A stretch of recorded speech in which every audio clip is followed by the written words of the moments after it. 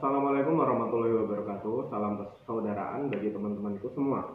Nama saya adalah Agung Saputro. Saya dibesarkan di Pati, lebih tepatnya di Desa Nguren. Nah, pada kesempatan hari ini kita akan membahas tentang kebudayaan yang ada di Nguren. Salah satunya adalah bersih desa atau yang biasa disebut masyarakat sedekah bumi. Nah, sebelum kita bahas kebudayaan sedekah bumi tadi, nanti kita akan bahas bersama dengan narasumber, yaitu Bapak Sekretaris Desa atau Pak Sutresno, atau bisa disebut Pak Kres, tapi masyarakat biasa memanggilnya Pak Caret. Nah, sebelum kita ke sana, saya akan bercerita sedikit asal-usul sedekah bumi atau bersih desa ini. Nah, hari bersih desa itu diperingati pada hari Minggu Kliwon, bulan Apet pada tahun Jawa. Nah, jadi sejarahnya itu dahulu kala ada penggede Desa Nguren, namanya itu Ki Ageng Singopadu, atau zaman dahulu itu dikenal Ki Singopadu. Nah, Ki Singopadu ini memiliki kemampuan, atau kalau bercocok tanam atau istilahnya nandur tanaman itu berhasil, selalu berhasil. Untuk itulah Desa Ngurenrejo itu kebanyakan adalah petani atau orang-orang yang suka menanam gitu. Nah, sebelum menanam, Mbah Singopadu itu menunggu musim, namanya itu musim, kalau bahasa Indonesianya itu sebelum musim hujan atau musim pelabuh. Nah, musim labuh gitu. Nah, itu harinya tepat di hari Minggu Kliwon, bulan Apit, bulan Jawa gitu. Nah, untuk mengawalinya menanam tadi, Mbah Singopadu selalu mengawalinya di hari Minggu Kliwon, bulan Apit, sehingga untuk memperingati kejadian itu, masyarakat Ngurenrejo mengapresiasikan dengan cara bersih desa di hari tersebut. Nah, kurang lebihnya seperti itu. Nah, kita lanjutkan, kita menuju ke narasumber kita. Untuk itu, mari teman-teman ikuti vlog saya.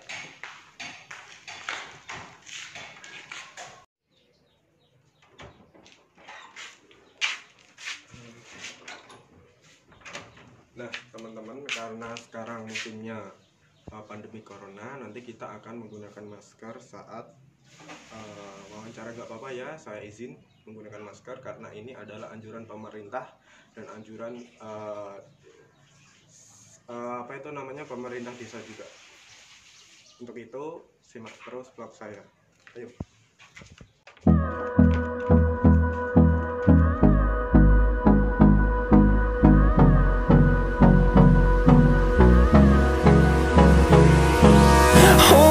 Close till I get up. Time is barely on our side. I don't wanna waste what's left. The storms we chase are leading us, and love is all we'll ever trust. Yeah, no, I don't wanna waste what's left. And on we'll go, through the wastelands, through the highways, till my shadow turns to sun rays. And on. Narasumber kita langsung saja ke narasumber. Nah,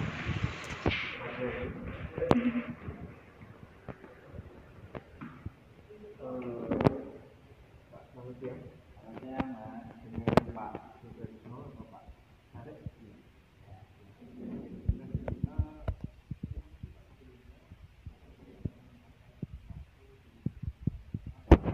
Untuk memberikan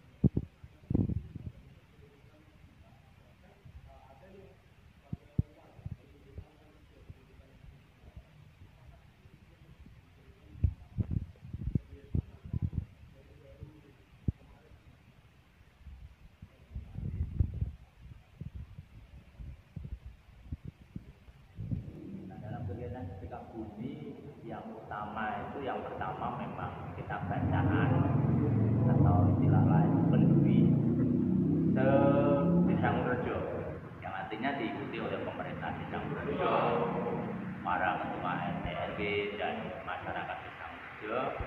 Kemudian pelaksanaannya ditempatkan di balai desa dengan membawa nasi dalam kerdus, kalau dulu 7 daun pisang, tapi dengan adanya perkembangan zaman sekarang mau dibungkus kardus. Kemudian setelah terkumpul ya, itu memang di tempat mulanya di tangguh atau didoani oleh pimpinan agama, kadang oleh pemimpin pelaku agama.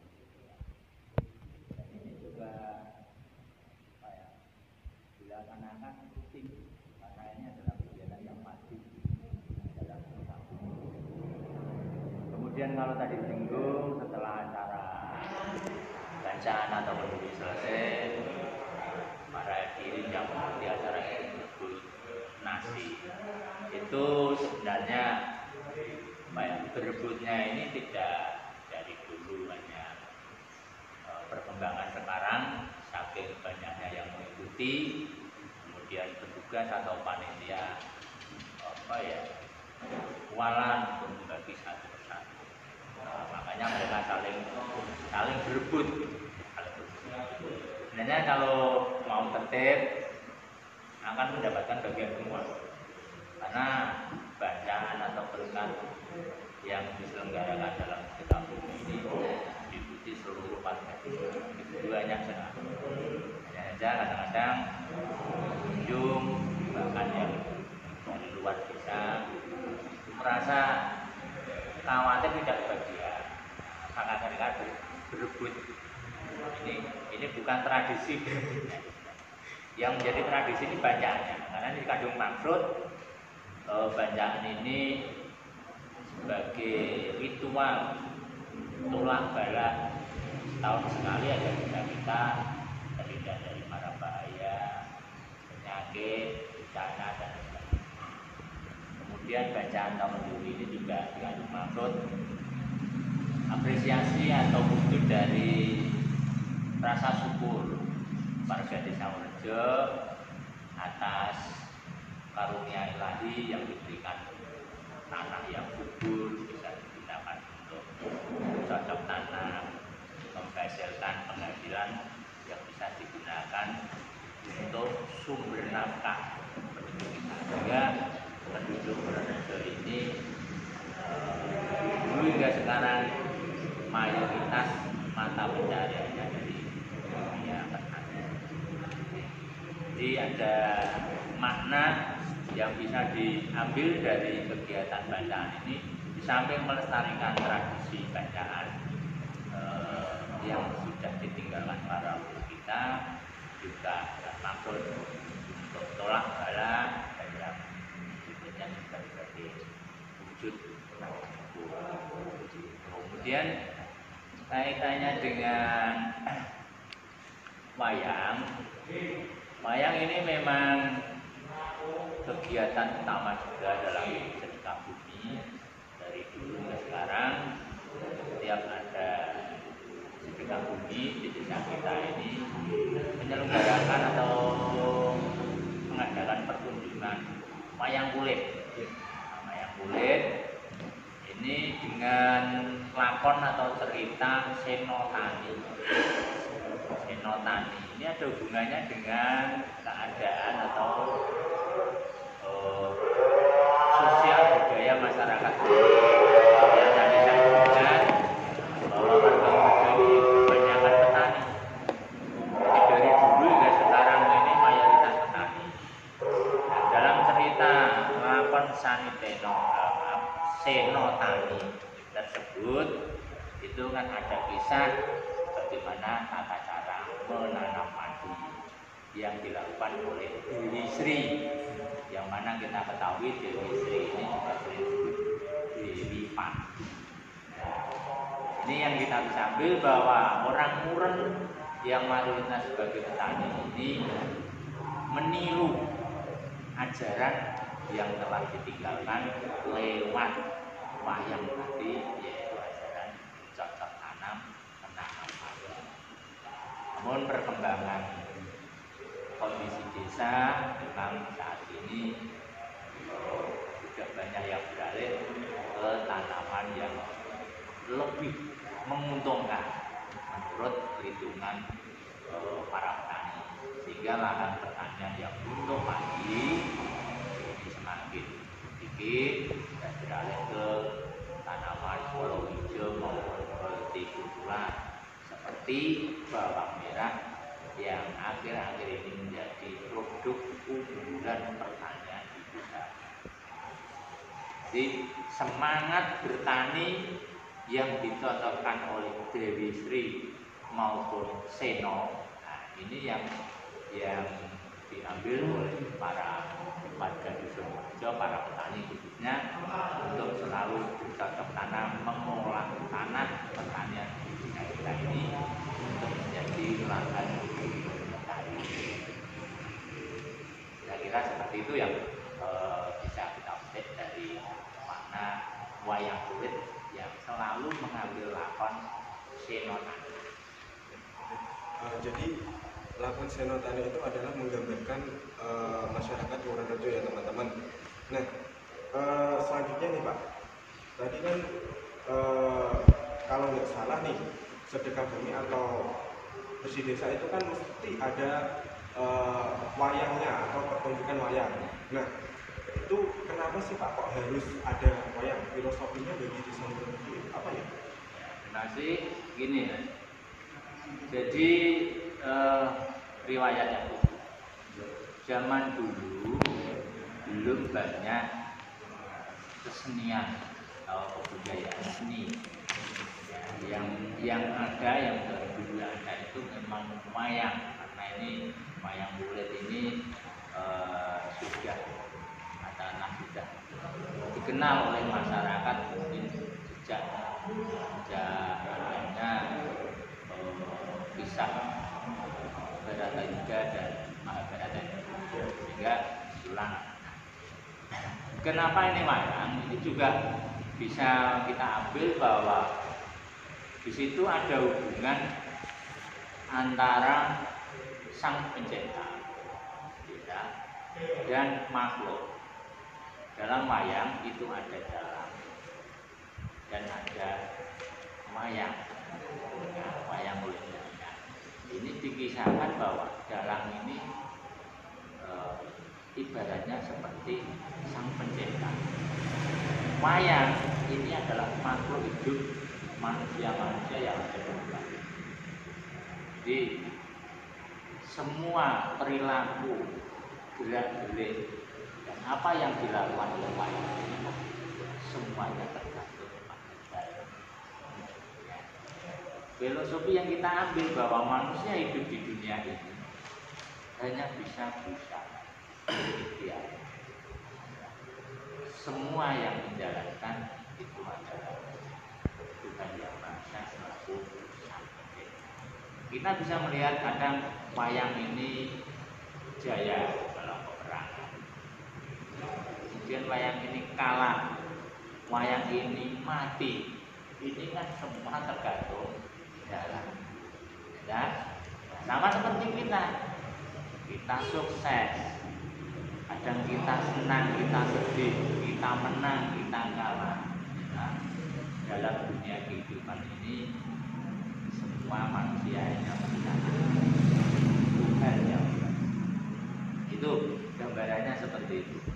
Jadi dengan adanya bahwa pertunjukan wayang yang bisa kita ambil pelajaran atau bisa digunakan untuk filosofi hidup, bahwa manusia seperti wayang, kita hanya berusaha atau ikhtiar dan merencana. Kemudian kepastiannya hanya pada si dalang, dan untuk manusia kepastiannya ada si Tuhan Yang Maha Esa selalu. Kira-kira seperti itu yang makanya wayang menjadi kesenian yang wajib dan selalu dilestarikan setiap ada acara. Di samping itu memang wayang ini adalah asli kebudayaan dari bangsa Indonesia, bukan dari negara lain untuk wayang. Kalau ceritanya bisa saja itu dari Mahabharata yang dari negara lain, tapi wayang kulit itu ya produk dari luhur kita banyak. Ternyata ya teman-teman, filosofinya dalam banget. Kenapa kok harus mesti wayang saat sedekah bumi di Desa Muranrejo seperti yang disampaikan oleh Pak Tresno atau Pak Carek. Nah, selanjutnya nih Pak, sepengetahuan saya kan yang acara sakralnya itu adalah bendaan tadi, kemudian wayang. Selain itu apakah ada lagi Pak, terlepas dari acara sampingan seperti acara hiburan dangdut, mungkin ketoprak atau mungkin kayuban? Selain itu apakah ada acara sakral lagi di Bersih Desa atau hanya biasa saja? Oh, ada. Jadi setiap tahun itu banyak rentetan kegiatan acara yang diselenggarakan dalam rangka sedekah bumi atau bersih. Memang yang kami sebut terdahulu, yang utama itu kita membacaan, kemudian ada pertunjukan wayang. Namun masih ada acara-acara lain yang sifatnya juga sakral dan sifatnya juga memeriahkan pertunjukan. Yang sakral, di samping kita bacaan, itu kita mengadakan ziarah atau nyekar atau kirim doa ke makam leluhur kita. Yang utama yaitu ke makam Ki Ageng Singopadu yang merupakan tokoh atau pendiri dari Desa Muranrejo. Dan kebetulan makam Ki Ageng Singopadu itu berada di Desa Muranrejo. Jadi kegiatan doa bersama atau ziarah atau istilahnya itu tahlil bersama di makam Ki Ageng Singopadu tiada lain adalah bakti kita selaku anak cucu atau selaku penerus dari beliau di desa ini untuk selalu mendoakan para leluhur kita yang sudah berjasa, berjuang dan berjerih payah untuk membangun desa kita ini yang awalnya belum semegah atau semeriah, yang awalnya masih berupa hutan belantara dengan pohon kopi. Nah, beliau yang mulai merintis, membabas sehingga menjadi lahan pertanian, lahan pemukiman untuk anak cucu kita. Sehingga bukti dari bakti kita selaku anak cucu selalu mendoakan, apalagi di hari jadi atau hari ulang tahunnya kita itu yaitu sangat tuh. Dan di samping ziarah ke makamnya Mbak Singopadu juga diadakan ziarah atau doa bersama di makam-makam leluhur lainnya seperti di Bani Medan, kemudian Padan, dan tokoh-tokoh pendahulu kita. Artinya seperti Bapak Kepala Desa yang terdahulu yang sudah almarhum, itu juga kita kirim doa melalui tahlil. Jadi intinya kami sebagai generasi penerus tetap memakai falsafah Jawa mikul mundur terhadap leluhur atau sesepuh kita yang sudah mendahului kita, yang sudah berjuang untuk kemajuan kita.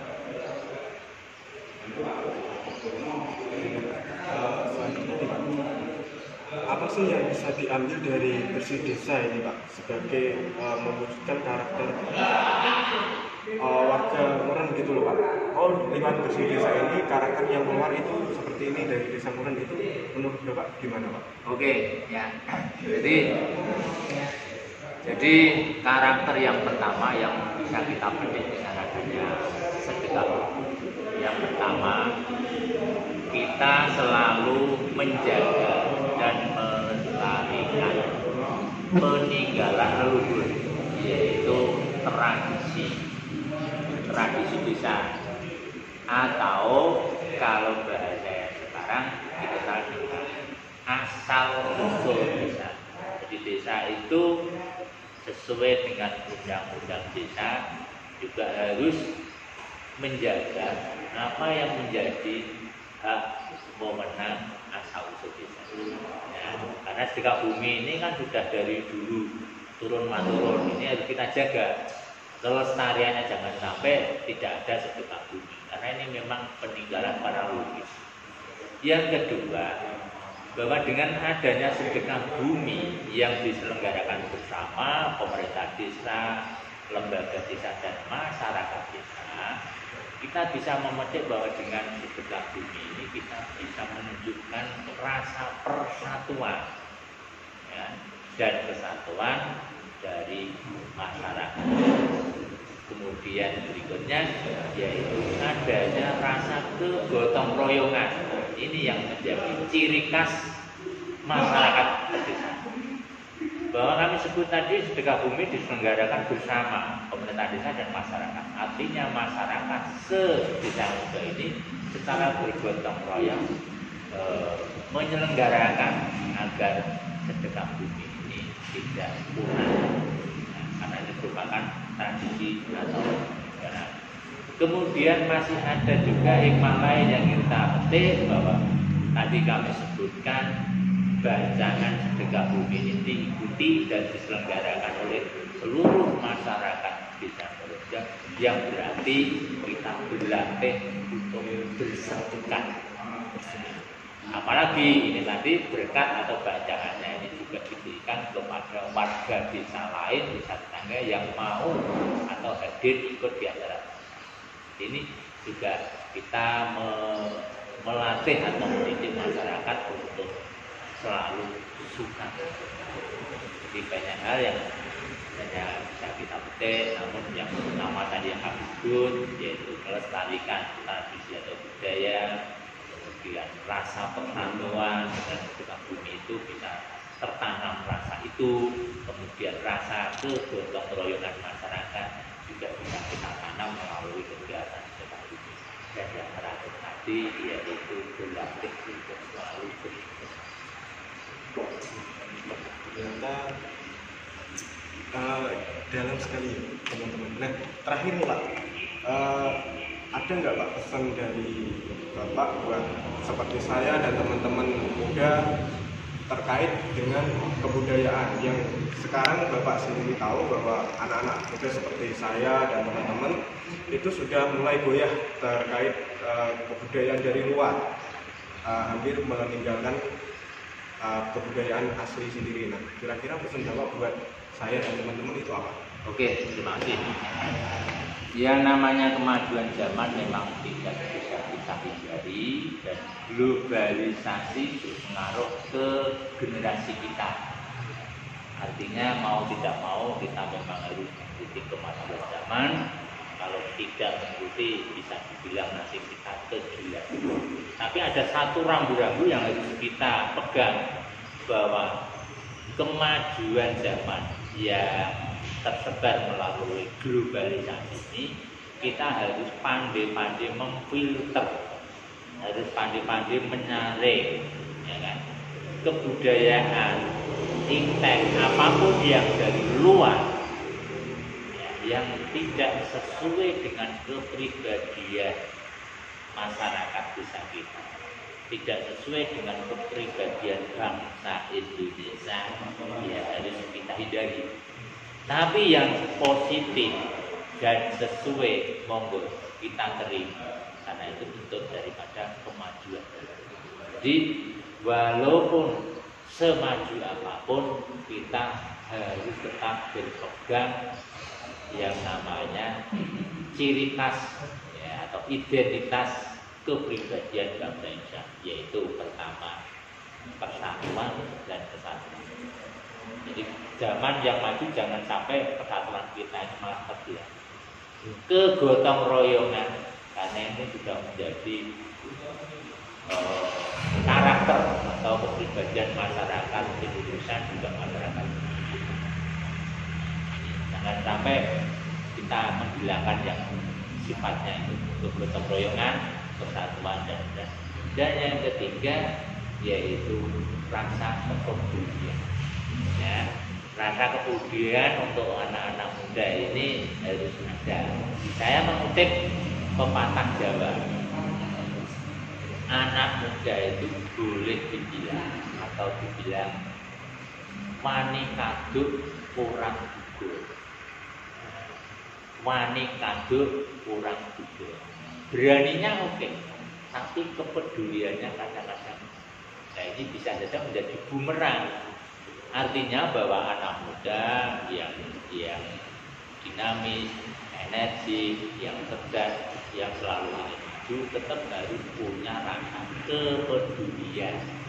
Apalagi saat ini bangsa kita sedang ya wabah COVID-19, maka kita semua yang tua, yang muda punya kepedulian untuk sama-sama menjaga sahabat saudara kita agar tidak tertular COVID-19. Nah, ini harus ada kepedulian juga.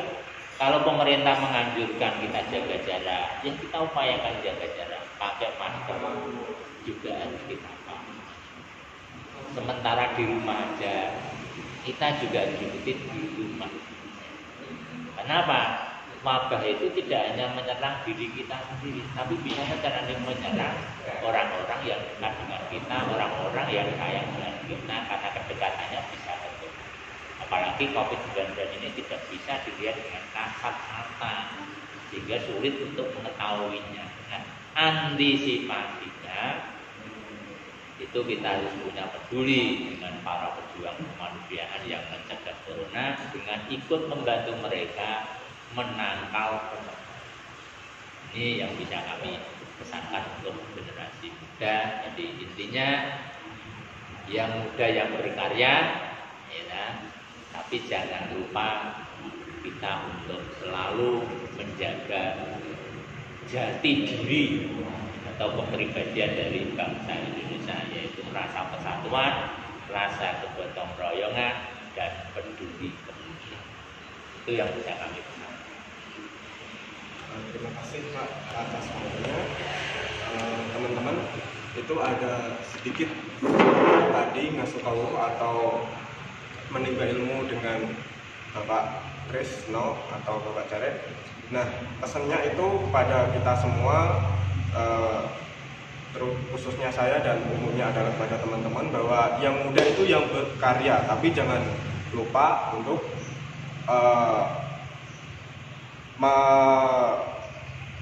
menjaga jati diri, kemudian yang terdiri dari kesatuan, kegotong royongan, dan kepedulian. Nah, sekian video vlog dari saya.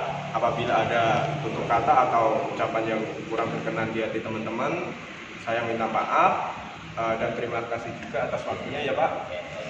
Sekian dan terima kasih. Wassalamualaikum warahmatullahi wabarakatuh. Waalaikumsalam. Nah, kurang lebihnya seperti itu teman-teman. Hasil vlog dari saya yang berdiskusi atau mencari pengetahuan bersama Pak Caret atau Pak Sutresno tadi. Kurang lebihnya saya mohon maaf ya. Semoga video vlog ini bermanfaat bagi kita semua. Salam persaudaraan, semoga sehat selalu bagi teman-teman, dan jangan lupa jaga kesehatan karena musim Corona atau COVID-19. Semoga pandemi ini lekas berlalu dan kembali ke sedia kala. Wassalamualaikum warahmatullahi wabarakatuh.